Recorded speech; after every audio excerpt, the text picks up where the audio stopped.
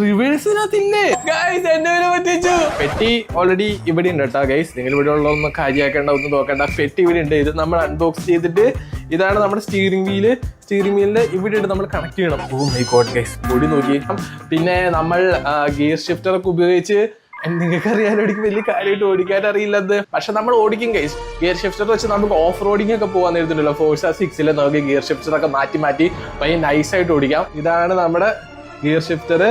6 ഗിയറും ഒരു റിവേഴ്സ് ആയിട്ടുള്ളത് guys. Gear shifter നമുക്ക് ഇവിടെ ആയിട്ടാണ് വെക്കേണ്ടത്, ഇതിന്റെ ഉള്ളിലായിട്ടാണ് വെക്കേണ്ടത്. ഇവിടെ എന്തൊക്കെയോ കുറച്ച് കുഴലുകളൊക്കെ ഉണ്ട് guys.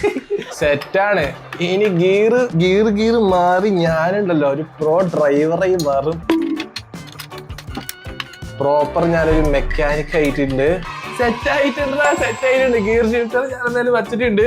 Oh my god guys, finally ഉണ്ടല്ലോടാ ഞാൻ നമ്മുടെ ഫോർസ ഹൊറൈസൺ